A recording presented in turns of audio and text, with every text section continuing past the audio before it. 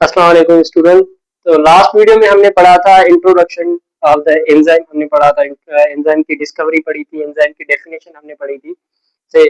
तो इस वीडियो में हम पढ़ रहे हैं प्रॉपर्टीज या करेक्टरिस्टिक ऑफ एंजाइम। ठीक है, तो करेक्टरिस्टिक में हमने पढ़ा था लास्ट वीडियो में कि most of the enzymes are protein in nature. सही है? ज्यादातर एंजाइम क्या होते हैं? प्रोटीन इन नेचर होते हैं। कुछ एंजाइम ऐसे भी होते हैं जो प्रोटीन नहीं होते बल्कि न्यूक्लिक एसिड होते हैं, मगर वो एक एज एंजाइम। सही, हमने दो एग्जांपल्स पढ़े थे, जैसे राइबोजाइम हो गया। सही, तो उनको हम राइबोजाइम कहेंगे। अच्छा, तो सबसे पहले प्रॉपर्टी क्या है हमारे पास? सबसे पहली प्रॉपर्टी है most of the enzymes are protein in nature. सही है। सेकंड नंबर जो प्रॉपर्टी हमारे पास, एंजाइम्स जो होते हैं हमारे पास मैक्रोमोलेक्युलर ग्लोबुलर प्रोटीन्स होते हैं। हमने बायोकेमिस्ट्री वाले चैप्टर में पढ़ा था कि प्रोटीन्स के जो टाइप्स होते हैं वो डिफरेंट टाइप्स होते हैं प्रोटीन्स के, और जो प्रोटीन की जो स्ट्रक्चर्स होती है वो चार होती हैं। जैसे हमने पढ़ा था प्राइमरी स्ट्रक्चर होती है, सेकेंडरी होती है, टर्शरी और क्वाaternary स्ट्रक्चर होती है। सही। प्रोटीन्स के टाइप्स में हमने पढ़ा था फाइब्रस प्रोटीन्स होती है, ग्लोबुलर प्रोटीन्स होती है। तो अगर टाइप ऑफ द प्रोटीन हम देखें कि एंजाइम्स कौन सा टाइप है प्रोटीन का, ग्लोबुलर प्रोटीन है। अब स्ट्रक्चर की बात करें कि एंजाइम स्ट्रक्चर कौन सी है, प्राइमरी, सेकेंडरी या टर्शरी। तो मोस्ट ऑफ द एंजाइम, ज्यादातर एंजाइम जो होते हैं ना, वो कौन से स्ट्रक्चर होते हैं? टर्शरी स्ट्रक्चर होते हैं, मगर कुछ एंजाइम क्वाaternary स्ट्रक्चर भी होते हैं। तो इसलिए हमने कहा कि जो एंजाइम की जो स्ट्रक्चर के हिसाब से हम देखें प्रोटीन्स की स्ट्रक्चर के बेसिस पे, तो एंजाइम कौन सी स्ट्रक्चर हो सकती है हमारे पास? टर्शरी एंड क्वाaternary स्ट्रक्चर भी हो सकते हैं हमारे पास। सही। अच्छा, उसके बाद है हमारे पास थर्ड प्रॉपर्टी एंजाइम की। एंजाइम्स जो होते हैं हमारे पास विद इन सेल बनते हैं। सही, आपको पता होगा कि सेल की स्ट्रक्चर अगर हम रहा करें तो सेल के पास सेल मेम्ब्रेन होती है। उसके बाद क्या होता है? सेंटर पे एक न्यूक्लियस होती है। न्यूक्लियस के अंदर क्या होता है? क्रोमोसोम्स होते हैं। और between the cell membrane and nucleus क्या होता है हमारे पास? प्रोटोप्लाज्म, या जिसको हम साइटोप्लाज्म कहेंगे। तो एंजाइम्स जो होते हैं वो साइटोप्लाज्म में एंजाइम्स की सिंथेसिस होती है। तो अब देखें यहाँ पे एंजाइम की साइटोप्लाज्म में सिंथेसिस होगी तो एंजाइम इसी सेल के अंदर भी वर्क कर सकते हैं, फंक्शन इसी सेल के अंदर भी कर सकते हैं, सेल के बाहर जाके भी फंक्शन कर सकते हैं। सही है। अच्छा, एंजाइम्स हमारे पास क्या होते हैं? स्पेसिफिक इन नेचर होते हैं। इनकी जो नेचर होती है वो स्पेसिफिक होती है, और फंक्शन में भी एंजाइम्स क्या होते हैं? स्पेसिफिक होते हैं। इसका मतलब ये हुआ कि जो एंजाइम्स होते हैं वो सपोज करें आप, एक एंजाइम है हमारे पास अमाइलेज। ये अमाइलेज प्रोटीन, कार्बोहाइड्रेट और न्यूक्लिक एसिड या लिपिड सबको ब्रेक डाउन नहीं करेगा। ये स्पेसिफिक एंजाइम्स स्पेसिफिक होते हैं। तो ये अमाइलेज जिस चीज के लिए होगा, जैसे कार्बोहाइड्रेट्स के लिए अमाइलेज होता है, तो कार्बोहाइड्रेट को ही ब्रेक डाउन करेगा। अब कार्बोहाइड्रेट में अगर हम बात करें कि सारे कार्बोहाइड्रेट को क्या ब्रेक डाउन करेगा? जैसे पॉलीसेक्राइड होते हैं, डाइसेक्राइड होते हैं, सबको करेगा? नहीं, सबको नहीं करेगा, क्योंकि ये enzymes are specific in nature. Only specific carbohydrate को ये क्या करेगा? अमाइलेज एंजाइम जो है वो ब्रेक डाउन करेगा। सही है। तो enzymes are specific in nature and functions. अच्छा, उसके बाद हमारे पास एंजाइम्स जो होते हैं वो सबस्ट्रेट से उनकी साइज क्या होती है? ज्यादा होती है। तो एंजाइम्स क्या है? Much greater in size than substrate.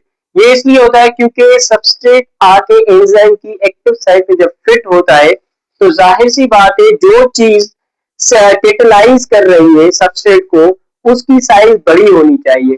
सही है। उसके बाद है हमारे पास एंजाइम्स के पास पार्टिकुलर साइट्स होती है हमारे पास। Enzymes have particular sites to which substrate can react. सही है। जहां पे सबस्ट्रेट आके रिएक्ट करेगा या बाइंड करेगा, उन साइट्स को हम क्या कहते हैं? एक्टिव साइट्स कहेंगे। सही। उन साइट्स को हम क्या कहेंगे? एक्टिव साइट्स कहेंगे। अच्छा, सबस्ट्रेट हम किसे कहते हैं? सबस्ट्रेट कोई भी जो चीज एंजाइम कैटाबोलाइज कर रहा है, जैसे कोई भी केमिकल हो, कार्बोहाइड्रेट है, लिपिड है, न्यूक्लिक एसिड है, अमाइनो एसिड, कोई भी उसको हम क्या कहेंगे? सबस्ट्रेट कहेंगे। जैसे हम केमिकल रिएक्शन में हम कहते हैं कि भाई एक रिएक्टेंट होते हैं, एक हमारे पास प्रोडक्ट होता है। जो रिएक्टेंट होते हैं एक्चुअली उन रिएक्टेंट्स को यहाँ पे हम क्या कह रहे हैं? सबस्ट्रेट कह रहे हैं। अब रिएक्टेंट और सबस्ट्रेट में फर्क क्या होगा? रिएक्टर जो होते हैं वो सबस्ट्रेट ही होते हैं, मगर फर्क ये होता है यहाँ पे एक एंजाइम भी यूज हो रहा है। एंजाइम क्या होता है, यूज नहीं होता रिएक्शन में, मगर रिएक्टर्स जो होते हैं वो सारे रिएक्शन में यूज हो जाते हैं। ठीक है, अच्छा, उसके बाद है हमारे पास they remain unchanged before and after the reaction.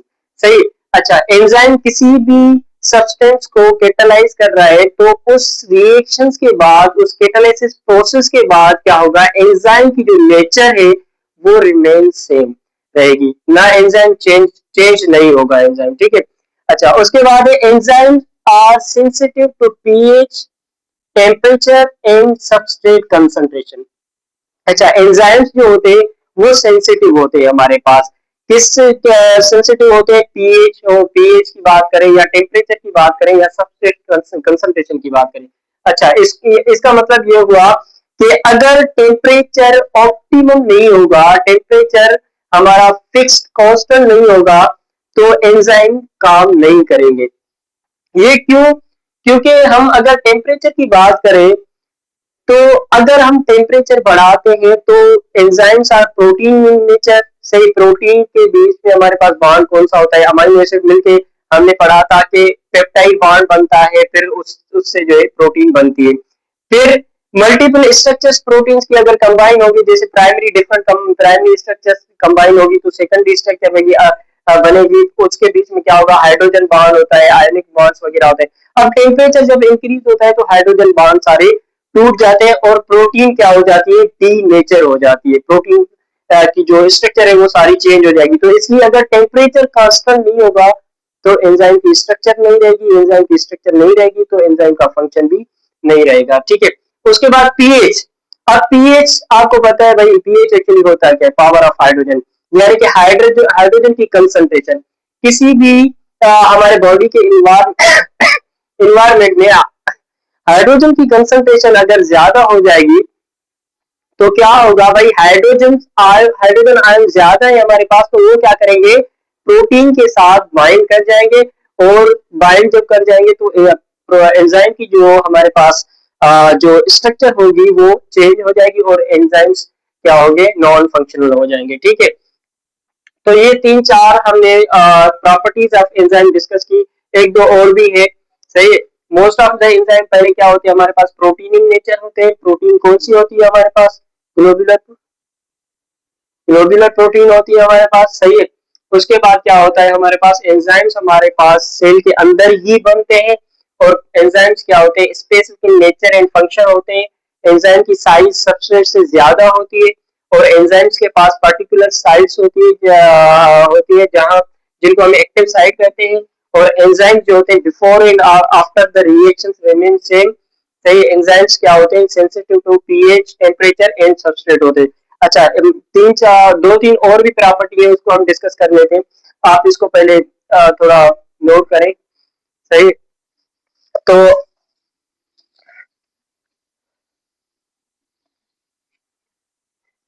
अच्छा, एक और प्रॉपर्टी है एंजाइम की, कि जो हमारे पास एंजाइम्स जो होते हैं, हमने कहा कि एंजाइम सेल के अंदर ही क्या होते हैं, प्रोड्यूस होते हैं। तो फंक्शन के हिसाब से मैंने आपको बताया कि एंजाइम्स जो होते हैं हमारे पास, एंजाइम्स जो होते हैं हमारे पास, वो functions within the cell भी कर सकते हैं। विद इन सेल यानी जिस सेल में प्रोड्यूस हो रहे हैं उसी सेल के अंदर ही फंक्शन परफॉर्म कर सकते हैं। अगर ऐसा है तो हम उन एंजाइम को क्या कहेंगे, एंडो एंजाइम्स कहेंगे। सही, कोई भी एंजाइम जो जिस सेल में बना है उसी सेल में फंक्शन परफॉर्म कर रहा है तो उसको हम क्या कहेंगे, एंडो एंजाइम कहेंगे। अगर सेल के बाहर जाके काम कर रहा है तो उसको हम क्या कहेंगे, एक्सो एंजाइम कहेंगे। सही, उसके बाद है हमारे पास एंजाइम्स जो होते हैं हमारे पास, enzymes can be inhibited by enzymes can be inhibited by certain factors. उन सर्टेन कोई भी फैक्टर होगा जो एंजाइम की एक्टिविटी को इनहिबिट करेगा, उस फैक्टर को या उन फैक्टर्स को हम क्या कहते हैं, इनहिबिटर्स कहेंगे हम।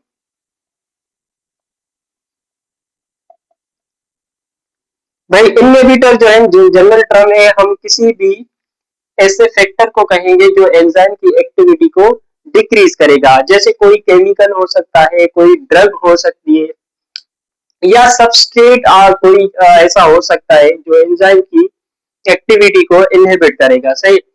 उसके बाद है हमारे पास एक और प्रॉपर्टी है एंजाइम की, कि अब एंजाइम की एक्टिविटी को हम सॉरी एंजाइम की एक्टिविटी को हम क्या कर सकते हैं, डिक्रीज भी कर सकते हैं, एंजाइम की एक्टिविटी को इंक्रीज भी कर सकते हैं। तो एंजाइम्स की जो एक्टिविटी होती है कैन बी इंक्रीज।